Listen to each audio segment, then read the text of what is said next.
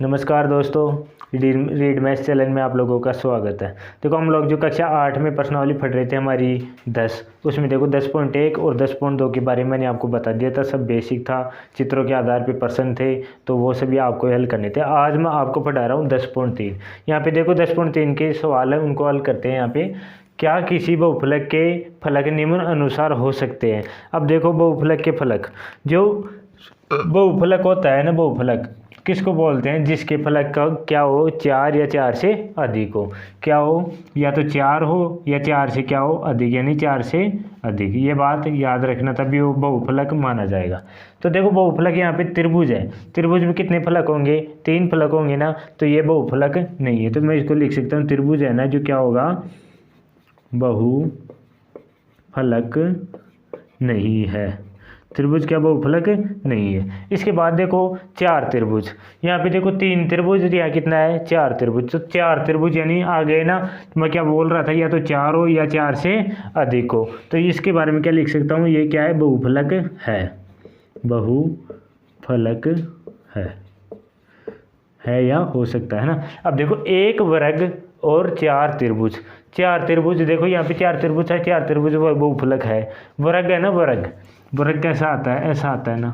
इसके 4 फलक है, तो यानी किनारे 4 है, कोण भी 4 है। यदि इसको 3D में देखे जाएंगे तो फलक भी काफ़ी सारे है। तो ये क्या होंगे? इसको बोल सकते हैं हम लोग बहुफलक है, बहुफलक है, इसको बोल सकते हैं बहुफलक है। इसके बाद देखो दूसरा प्रश्न, क्या ऐसा बहुफलक संभव है जिसके फलकों की संख्या कोई भी हो? ये इसका आंसर अपना हल होगा नहीं। इसका आंसर क्या होगा? नहीं, क्योंकि बहुफलक के लिए कम से कम कितने फलक चाहिए? 4 फलक चाहिए। नहीं, बहुफलक के लिए कम से कम कितने फलक चाहिए अपने को? 4 फलक, 4 फलक होने चाहिए। ये बात याद रखना, कितने फलक चाहिए? 4 फलक चाहिए। अब देखो इसके बाद जो प्रश्न नंबर 3 है, उसके अंदर 4 आकृतियाँ दी हुई है। उसमें बताना निम्न में से कौन सा प्रिज्म है, कौन कौन प्रिज्म नहीं है। तो यहाँ पे देखो एक कील है, ये कील है ना, कील पे देखो यहाँ पे कोर तो बिल्कुल नहीं है, ये जो है ना बिल्कुल गोल है, यानी कील के ऊपर के किनारे क्या आती है? बिल्कुल गोल है। तो इसका मतलब ये क्या है? प्रिज्म नहीं है। इसको बोल सकता हूँ मैं प्रिज्म नहीं है, ये बोल सकता हूँ मैं कील को। इसके बाद देखो ये पेंसिल, बिना छिली हुई पेंसिल, बिना छिली हुई पेंसिल, ये देखो इसके है ना, मतलब पेंसिल का यहाँ पे विचित्र ढंग से नहीं बना। देखो पेंसिल के कोई किनारे कैसे आते हैं, बिल्कुल आप देखना, बिना छिली हुई नई पेंसिल आती है ना, तो उसके किनारे ऐसे आते हैं। तो इसको बोल सकते हैं कौन? या प्रिज्म है। तो इसको मैं बोल रहा हूँ प्रिज्म है। इसके बाद कागजों पर रखने का भार, कागजों पर रखने का भार। तो देखो भार, यहाँ पे बात भार की हो रही है, मतलब यहाँ पे क्या हो रही है? भार की बात हो रही है। लेकिन हमें तो किससे मतलब है? स्ट्रक्चर से मतलब है, आकृति से मतलब है। तो ये क्या होगा? प्रिज्म नहीं है, प्रिज्म नहीं है। अब इसके बाद में ये क्या है? एक बॉक्स, बॉक्स में देखो कितने कोर है? 1 2 3 4, 4 कोर है, फलक भी ज़्यादा है, तो ये बहुफलक भी है। तो ये क्या होगा? एक प्रिज्म है। बॉक्स के बारे में लिख सकता हूँ मैं प्रिज्म है। देखो एकदम इजी प्रश्न है, ये सब आप लोग करना चाहोगे तो। यहाँ पे देखो प्रश्न नंबर 1 2 3 हम लोगों ने कर लिया। चलते हैं हमारी जो प्रश्न नंबर 4 है उसको। दोस्तों प्रश्न नंबर हमारा 4, देखो प्रिज्म और बेलन किस प्रकार एक जैसे हैं, इनको बताना है। प्रिज्म और बेलन क्या है, किस प्रकार एक जैसे हैं। तो यहाँ पे है ना, मैं एक प्रिज्म का चित्र बनाता हूँ। देखो प्रिज्म क्या होता है, जैसे प्रिज्म देखो ऐसा आता है, बिल्कुल ऐसा, मतलब एक तरह से हीरे की संरचना देख लो आप, हीरे की स्ट्रक्चर बिल्कुल वैसा आता है 3D के अंदर, नीचे भी ऐसे आता है। अब देखो ये प्रिज्म है, तो प्रिज्म में देखो बेलन, प्रिज्म और बेलन किस प्रकार एक जैसे हैं। यदि मैं इसकी आधार की भुजाओं को बढ़ाता जाऊं, लंबा करता जाऊं, तो ये एक बेलन की तरह लंबा हो जाएगा। तो ये हम लोग बोल सकते हैं किस प्रकार एक जैसे हैं, क्योंकि प्रिज्म है ना जो बेलन का ही क्या है? एक रूप है। तो मैं पहले में लिख रहा हूँ प्रिज्म एक बेलन का रूप है। प्रिज्म एक बेलन का रूप है जब आधार की भुजाओं को बढ़ाया जाता है, यानी प्रिज्म की आधार की भुजाओं को बढ़ाया जाता है तो क्या बनता है, एक बेलन बनता है। ऐसे हम लोग लिख सकते हैं। तो इनको आप लोग लिख लेना, क्या करोगे, आधार की भुजाओं को जब बढ़ाया जाता है तो क्या बनेगा, एक बेलन बन जाएगा। उसी प्रकार जैसे ये 2 है, इसमें लिख दूंगा मैं उसको, पिरामिड एक शंकु का ही रूप है। पिरामिड एक शंकु का रूप है। अब देखो ये शंकु का रूप कैसे है, यहाँ पे मैं एक शंकु का निर्माण कर रहा हूँ। ये जो शंकु है ना, ये जो शंकु, ये है एक शंकु टोपी के आकार की। जैसे आपने टोपी देखी होगी, बर्थडे वाली टोपी, जैसे बर्थडे में पहनाया जाता है, बर्थडे बॉय बर्थडे गर्ल कोई भी होती है, तो ऊपर देखो एक टोपी के जैसे आकृति आती है ना, उसको बोलते हैं एक, ये टोपी देखो। अभी इसकी मैं ऐसी चोटी भी लगा दूँ तो ये देखो वैसे वो भी बर्थडे वाली टोपी हो जाती है। यदि मैं इसके आधार को ऐसे बढ़ाया जाऊँ, आगे बढ़ा दूँ ऐसे, तो ये क्या बन जाएगा, एक शंकु बन जाएगा, मतलब पिरामिड बन जाएगा ये। तो क्या कह सकते हैं हम लोग, शंकु के आधार की भुजाओं को बढ़ाया जाता है तो क्या बनता है, पिरामिड बन जाता है। मैं लिखता हूँ यहाँ पे, शंकु की आधार भुजा को बढ़ाया जाता है तो पिरामिड बनता है, पिरामिड बनता है। आधार भुजाओं को बढ़ाया जाता है, क्या बनता है, पिरामिड बनता है। यहाँ पे देखो, क्या एक वर्ग प्रिज्म और एक घन एक जैसे होते हैं। यहाँ पे देखो वर्ग की और घन की बात हो रही है, तो हम लोग इसका आंसर क्या लिखेंगे, एक जैसे नहीं होते, एक जैसे नहीं होते हैं। अब देखो एक जैसे क्यों नहीं होते, ये मैं आपको बता रहा हूँ। देखो यहाँ पे जैसे एक वर्ग प्रिज्म, यहाँ पे देखो मैं वर्ग की बात करूँ तो ये तो हो गया वर्ग। यदि इसको प्रिज्म बना दिया जाए, कैसे, इसकी भुजाओं को देखो, मैं नीचे बढ़ा रहा हूँ, ऐसे लंबा हो गया, ये तो वर्ग है। और घन की बात करूँ तो घन क्या है, एक पूरा डिब्बा है। ये देखो ये क्या है, एक घन है। अब इसकी भुजाओं को बढ़ाओ, चारों भुजाएं बढ़ेंगी इसकी ऊपर वाला केवल देखो, इसका तो ये जो वर्ग है ना, केवल ऊपर का ही एक हिस्सा ही है, तो ये तो पॉसिबल नहीं है, ये एक जैसे नहीं है। तो एक जैसे कौन कौन से होंगे, यदि एक घन के साथ घनाभ लिया जाए, यानी घन के साथ घनाभ प्रिज्म लिया जाए तो एक जैसे हैं। घन के साथ घनाभ क्या लिया जाए, प्रिज्म लिया जाए तो समान, तो क्या हो जाएंगे, समान हो जाएंगे। तो ये हो गया अपना प्रश्न नंबर 5। चलते हैं हमारे अगले प्रश्न में। चलिए हम करते हैं हमारा अगला क्वेश्चन। इन ठोसों के लिए आयलर सूत्र का क्या करना है, सत्यापन। देखो आयलर सूत्र का मैं आपको बता दूं, आयलर सूत्र क्या रहता है, आपको याद करना पड़ेगा। एफ प्लस वी माइनस ई बराबर क्या होता है, 2।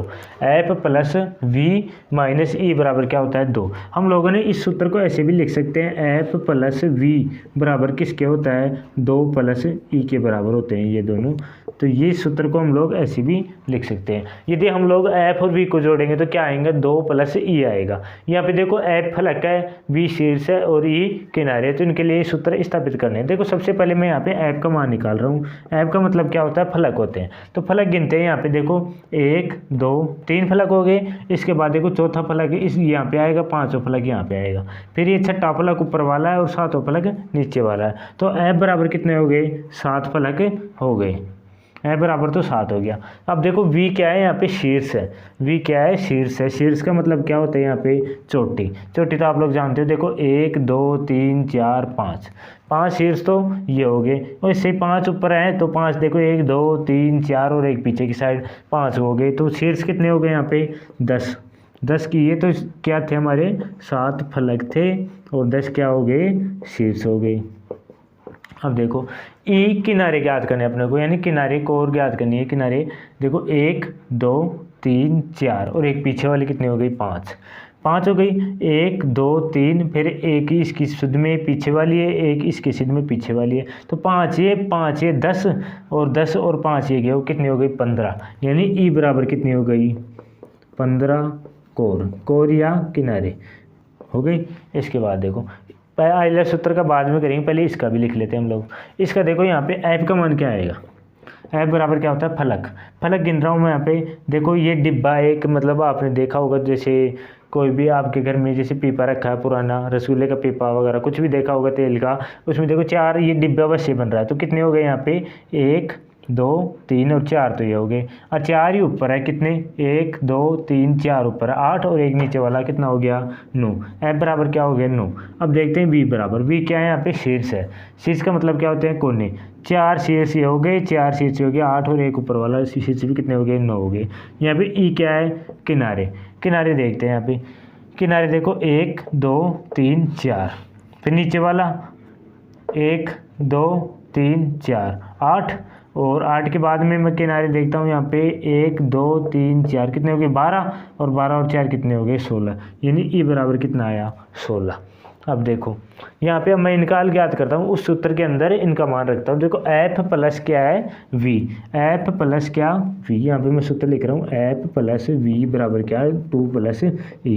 देखो एफ को वी को जोड़ रहा हूँ, इसको 7 को और 10 को जोड़ रहा हूँ, 7 प्लस 10 बराबर 2 प्लस कितना हुआ 15, तो ये क्या होगा 17 बराबर क्या 17 बराबर आ रहा है एकदम। इसका मतलब क्या है, इनके लिए आयलर सूत्र क्या है सही है। अब देखो इसके बाद में इसको करते हैं यहाँ पे एफ प्लस वी बराबर 2 प्लस ई। इसमें मान रखो ऐप का और वी का, ऐप का 9 है प्लस वी का 9 है बराबर 2 प्लस ई का मान कितना है 16। यहाँ पे कितना हो गया 18 बराबर कितना 18। ये भी क्या है बराबर है, यानी इसका मान ये भी आयलर सूत्र के लिए ये जो आकृति बनाई है मतलब सही है। तो चलते हैं हमारे नेक्स्ट क्वेश्चन में।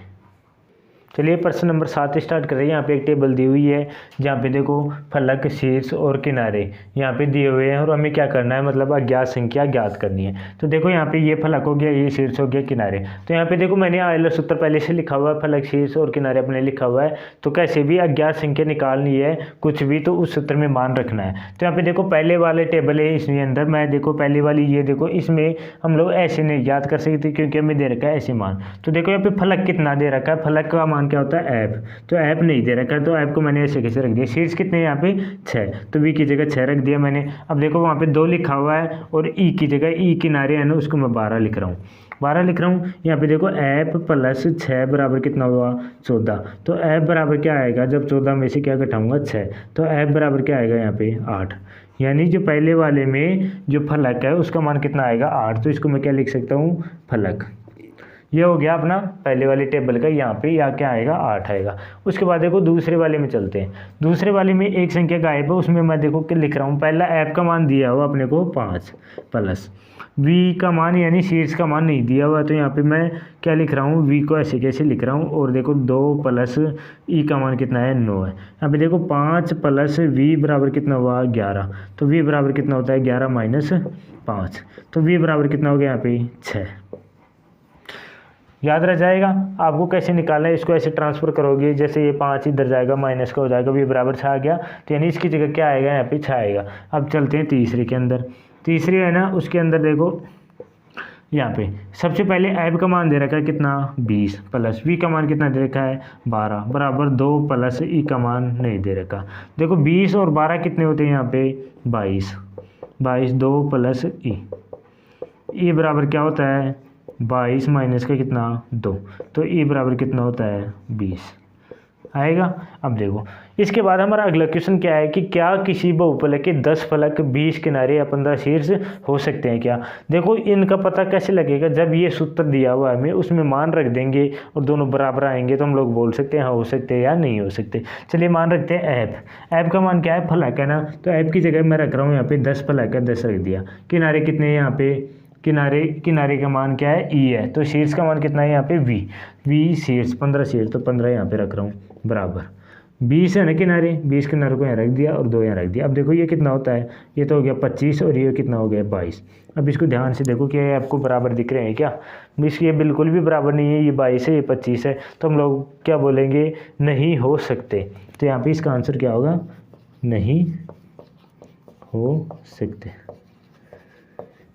ये हो गया अपना आंसर।